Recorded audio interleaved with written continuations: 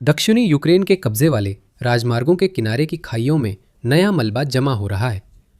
ये शुरुआती युद्ध के जले हुए टैंक या 2022 में कीव के उत्तर में सड़कों पर बिखरे बख्तरबंद काफिले नहीं हैं। ये टैंकर और ईंधन ट्रक जो रूस के लॉजिस्टिक्स नेटवर्क में थे, अब युद्ध के 4 साल बाद लावारिस है, क्योंकि वही सड़कें जो कभी सैनिकों की आपूर्ति के लिए थी, अब मौत के जाल बन गई हैं। ये सब इसलिए हुआ क्योंकि यूक्रेन ने युद्ध में ड्रोन का हर तरह से इस्तेमाल सीख लिया है। 4 साल बाद इसका इस्तेमाल दूर से बारूदी सुरंग बिछाने में होने लगा। ये रणनीतियाँ शांत होती हैं और शायद ही कभी किसी हवाई अड्डे पर मिसाइल हमले जैसे नाटकीय धमाके पैदा करती हैं। बारूदी सुरंग बिछाना सोशल मीडिया पोस्ट या वायरल वीडियो के लिए आकर्षक नहीं होता, फिर भी ये ड्रोन खबरों में हैं क्योंकि ये रूस के लिए पहले से अधिक खतरनाक साबित हो रहे हैं। विडंबना ये है कि ड्रोन ड्रॉप माइनिंग की शुरुआत इसी युद्ध में रूस ने की थी। अब वही तरीका रूस के खिलाफ ऐसे स्तर पर इस्तेमाल हो रहा है जिसकी मॉस्को ने कल्पना नहीं की थी। ये समझने के लिए कि ये क्यों मायने रखता है, आइए शुरू करते हैं इस बदलाव से कि यूक्रेन ने ड्रोन का इस्तेमाल कैसे किया है। इस युद्ध के ज्यादातर हिस्से में ड्रोन की कहानी एक शिकार की कहानी रही है। एक फर्स्ट पर्सन व्यू ड्रोन एक गाड़ी का पीछा करता है। एक कामिकाजे ड्रोन एक टैंक से टकरा जाता है। ये सटीक है, सस्ता है और घातक है, लेकिन मूल रूप से ये एक बार में एक लक्ष्य को मारने के बारे में है। नया विचार है दुश्मन की सेना की आवाजाही को रोकना। ये पारंपरिक गुरिल्ला रणनीति जैसी है जो सप्लाई लाइन काटती है। फर्क सिर्फ इतना है कि अब ड्रोन ऑपरेटरों का जोखिम बहुत कम है। मई के अंत में यूक्रेन के रक्षा मंत्री मिखाइलो फेडोरोव ने इस रणनीति को लॉजिस्टिक्स लॉकडाउन नाम देकर एक विशेष कार्यक्रम घोषित किया। उनके अनुसार इसका मकसद रूसी पीछे के इलाकों पर हमले बढ़ाना और रूस की आक्रामक कार्रवाइयों की सप्लाई क्षमता खत्म करना था। ये कोई अस्पष्ट आकांक्षा नहीं थी। रक्षा मंत्रालय ने $113 मिलियन की सहायता उन ड्रोन ब्रिगेड्स को दी जिन्होंने रूसी लॉजिस्टिक्स पर हमला करने की क्षमता साबित की थी। यह पैसा यूक्रेन की मेरिट पॉइंट सिस्टम के जरिए वितरित किया जाता है, जो यूनिट्स को प्रदर्शन के आधार पर रैंक करता है ताकि बेहतरीन क्रूज को ज्यादा संसाधन मिले। दूसरे चरण में in medium range strike systems की थोक खरीद के लिए केंद्रीकृत टेंडर जारी होंगे और लक्ष्य भी खास दायरे में है। यूक्रेन इन्हें मिडल स्ट्राइक्स कहता है, जो फ्रंट लाइन से 20 से 300 किलोमीटर पीछे रूसी ठिकानों पर हमला करते हैं। अक्सर सप्लाई वही इकट्ठी कर ली जाती है जिससे वो ट्रेंचेस तक पहुंचने से पहले ही फ्रंट लाइन की जीवन रेखा कट जाती है। फ्योडोरोव ने कहा कि 2026 की शुरुआत से यूक्रेन ने रूसी लॉजिस्टिक्स, वेयरहाउस, डिपो और कमांड पोस्ट को नष्ट करने की गति 4 गुना बढ़ाई है। मुख्य बात यह है कि लॉजिस्टिक्स रूस की हमले की क्षमता पर असर डालते हैं। जितने ज्यादा लॉजिस्टिक्स नष्ट होंगे, यूक्रेन को कम रक्षा की जरूरत होगी। जो आंकड़े बताए गए हैं वे चौंकाने वाले हैं, लेकिन इन्हें तय तथ्य मानने के बजाय यूक्रेनी दावे के रूप में देखा जाना चाहिए। अक्टूबर 2025 में फ्योडोरोव ने कहा था कि रूस हर एक वर्ग किलोमीटर पर कब्जा करने के लिए लगभग 67 सैनिक खो रहा था। अप्रैल 2026 तक यह आंकड़ा बढ़कर 169 हो गया था। यूक्रेन का अनुमान है कि 2026 के मध्य में हर महीने 35,000 से अधिक सैनिक मारे गए या गंभीर रूप से घायल हुए।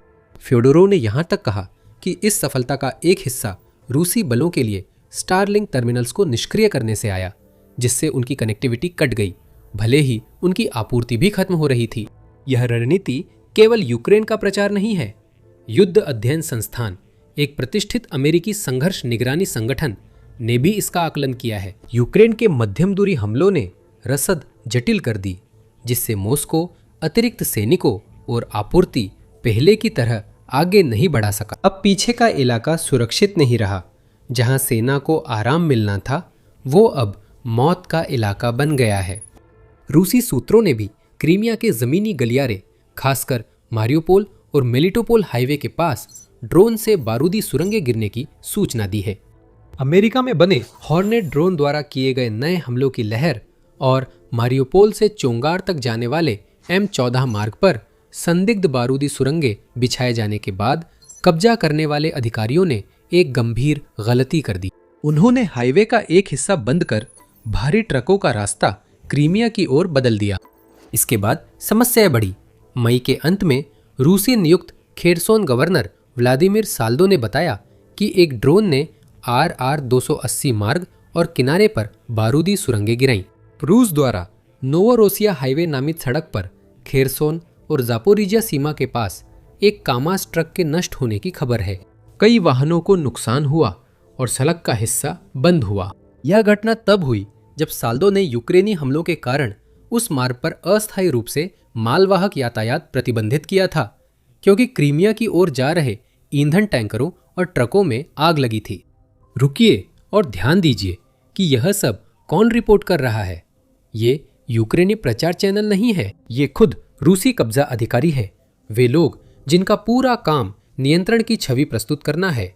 जब वही लोग सड़क बंद होने और ट्रकों के नष्ट होने की घोषणा कर रहे हैं, तो ये जितना विश्वसनीय संकेत हो सकता है उतना ही है कि ये विघटन असली है। असल में काम कौन कर रहा है? इसका केंद्र FP-2 ड्रोन है, जिसे यूक्रेनी कंपनी फायर पॉइंट ने बनाया है। ये मिडिल स्ट्राइक क्लास से जुड़ा है और इसके डिजाइन विकल्प इसी रणनीति के अनुसार हैं। जहां फायर पॉइंट का पहले का लॉन्ग रेंज ड्रोन FP-FP एक हैरान कर देने वाले 1600 किलोमीटर तक उड़ सकता था, वहीं FP-FP2 लगभग पूरी रेंज छोड़कर लगभग 200 किलोमीटर की रेंज हासिल करता है। लेकिन इसके बदले यह करीब 105 किलोग्राम का भारी वारहेड ले जाता है और ऑपरेटर को असली नियंत्रण देता है।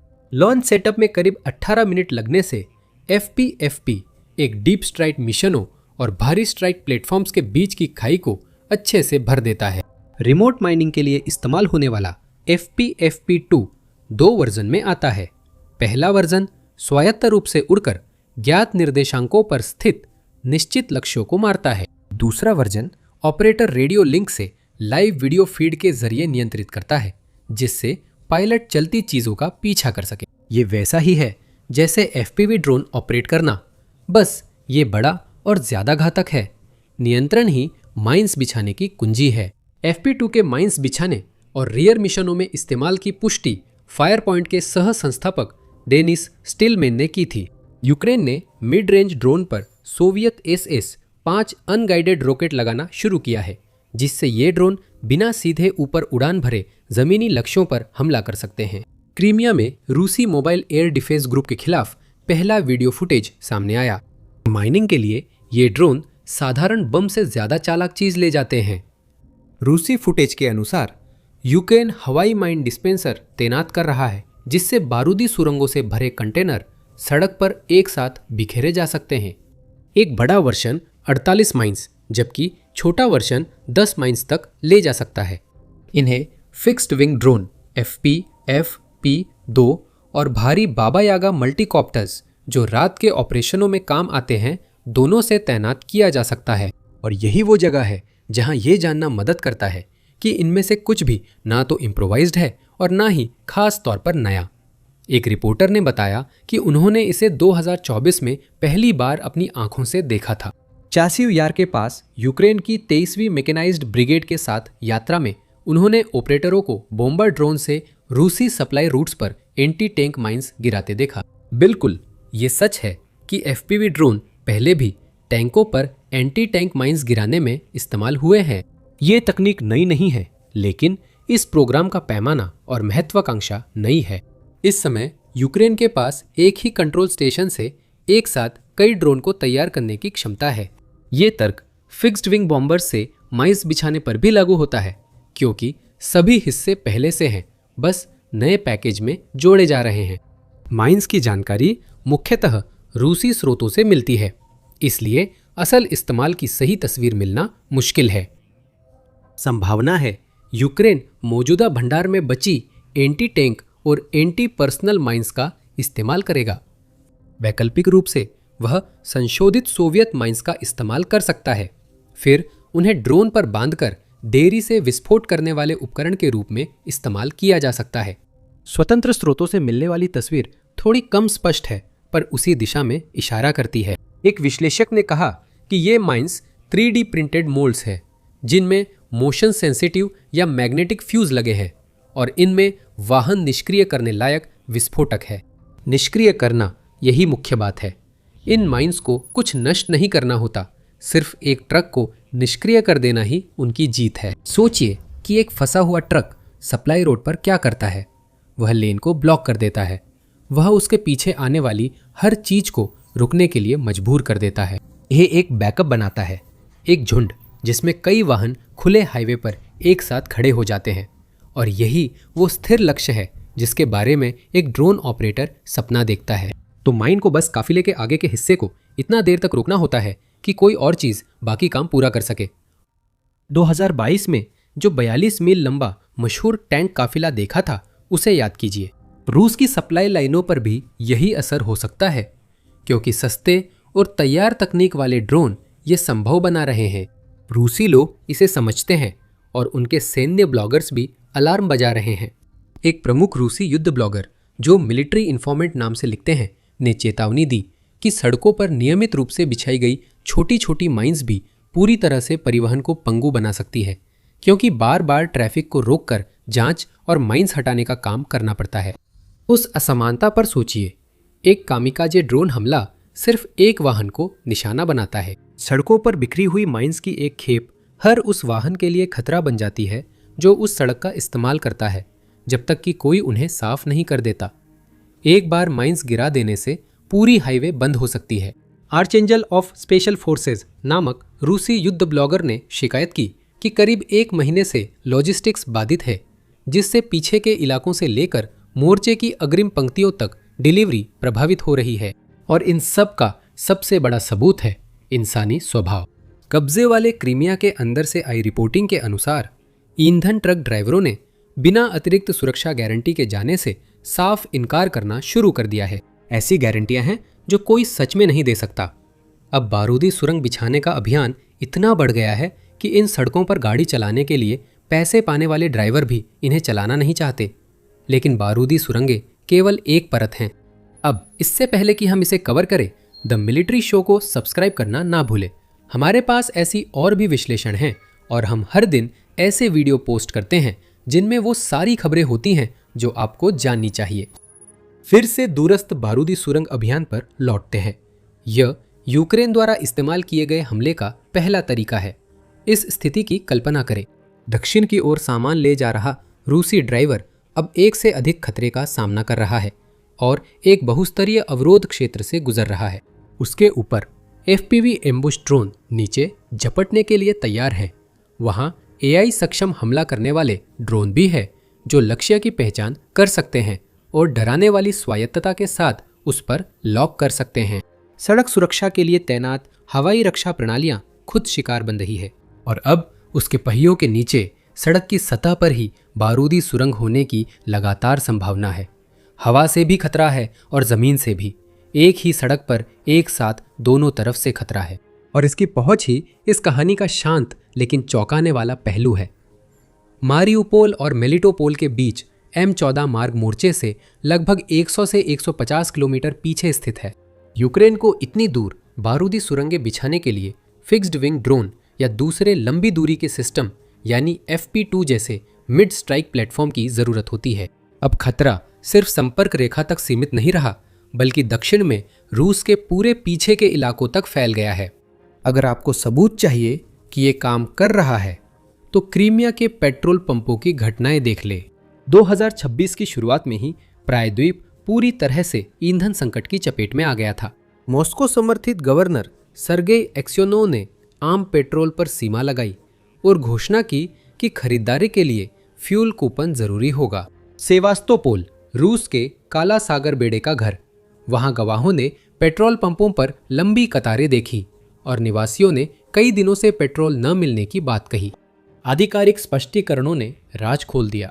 रूसी अधिकारियों ने कहा कि नोवोरोसिया हाईवे पर यूक्रेनी ड्रोन से ईंधन ट्रकों पर हमला हुआ, जो रूस को क्रीमिया से जोड़ता है। क्रीमिया और सेवस्तोपोल के गवर्नरों ने माना कि समस्या ठीक होने में कम से कम 30 दिन लगेंगे और एक ने जनता से घबराने से मना किया। यह विवरण पूरी रणनीति को जोड़ता है और सीधे रूसी पक्ष से आता है। क्रीमिया तक पहुंचने के लिए सुरक्षा कारणों से ईंधन वास्तव में क्रीमियन ब्रिज के पार ले जाया ही नहीं जाता।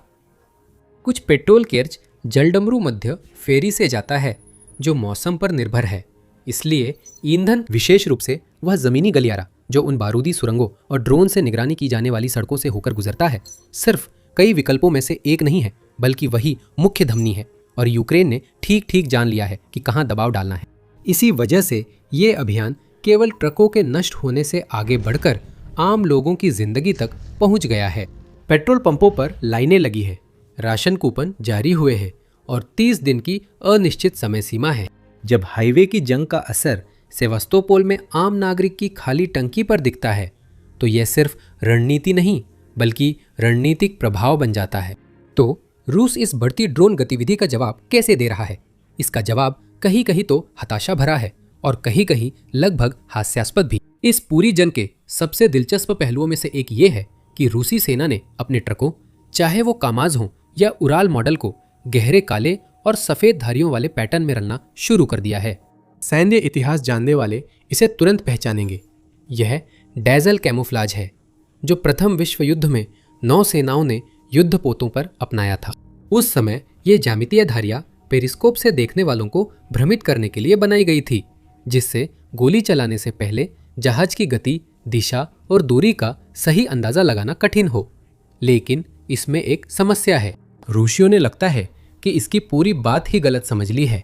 यूक्रेन के ड्रोन के AI टारगेट पहचान सिस्टम रेंज और मूवमेंट का अनुमान वैसे नहीं लगाते जैसे प्रथम विश्व युद्ध के नौसैनिक तोपची करते थे। मशीन विजन इंसानी आंख जैसा नहीं होता और कई ड्रोन थर्मल इमेजिंग का इस्तेमाल करते हैं जो पेंट नहीं, गर्मी देखते हैं। थर्मल कैमरा से देखने वाला ड्रोन ऑपरेटर शायद वे धारियां न देख पाए। सबसे बड़ा बदलाव यह है कि सड़कों की सुरक्षा के लिए वायु रक्षा प्रणालियां आगे लाई गई, जो कई मामलों में उल्टा साबित हुई। यूक्रेन की स्पेशल ऑपरेशन फोर्सेज ने 2 रूसी टोर M2 वायु रक्षा प्रणालियों पर हमला करने की सूचना दी थी। एक पर हमला हुआ जब उसे ट्रैक्टर से M14 हाईवे पर बर्डियांस्क के पास ले जाया जा रहा था। रूस इन आपूर्ति मार्गों की सुरक्षा के लिए अपनी वायु रक्षा प्रणालियां तैनात कर रहा है। ऐसा करते हुए वह प्रणालियों को उन्हीं ड्रोन के सामने ला रहा है जिन्हें रोकने के लिए भेजा गया था। हालांकि एक उपाय है जो मदद कर सकता है। रूस सड़कों के ऊपर जाल बिछा सकता है, वही एंटी ड्रोन टनल जो पहले ही मोर्चे के करीब हाईवे पर दिखने लगी हैं। ड्रोन के खिलाफ ये जाल काम कर सकते हैं, लेकिन यहाँ भूगोल मॉस्को के खिलाफ है। कुछ 100 मीटर की फ्रंट लाइन सड़क ढकना अलग बात है। उस सुरक्षा को सैकड़ों किलोमीटर लंबी हाईवे पर फैलाना कहीं ज्यादा मुश्किल काम है। और ये सबके पीछे छुपे बड़े इनाम की ओर इशारा करता है, खुद क्रीमिया। यूक्रेन ने क्रीमिया के आसपास रूसी वायु रक्षा और लंबी दूरी की फायरिंग क्षमताओं को दबाने के लिए भारी संसाधन जुटाए हैं और इस क्रम के पीछे ठोस तर्क है। एक बार जब ये रक्षा प्रणालियां नष्ट हो जाती हैं तो जिन उच्च मूल्य वाले लक्ष्यों की वे रक्षा कर रही थी, जैसे कि एयरबेस और मिसाइल लॉन्चर, वे कहीं अधिक असुरक्षित हो जाते हैं। सड़कों पर बारूदी सुरंगें और हमले रूस को ट्रकों की सुरक्षा के लिए वायु रक्षा प्रणाली इस्तेमाल करने पर मजबूर करते हैं, जिससे उनके अहम ठिकाने और असुरक्षित हो जाते हैं। जैसे जैसे जमीनी गलियारा कमजोर होता है, रूस को केरच ब्रिज पर निर्भर होना पड़ता है, जो क्रीमिया को मुख्य भूमि से जोड़ने वाली बची हुई प्रमुख लाइनों में से एक है और जिस पर यूक्रेन कई बार हमला कर चुका है। शायद बस वक्त की बात है जब कोई बड़ी मिसाइल पुल को बेकार कर देगी और तब क्रीमिया बाकी रूस से पूरी तरह कट सकता है।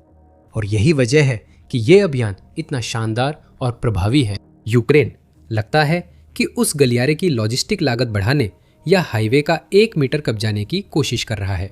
उसे बस इतना करना है कि उस सड़क का इस्तेमाल करना महंगा बना दे।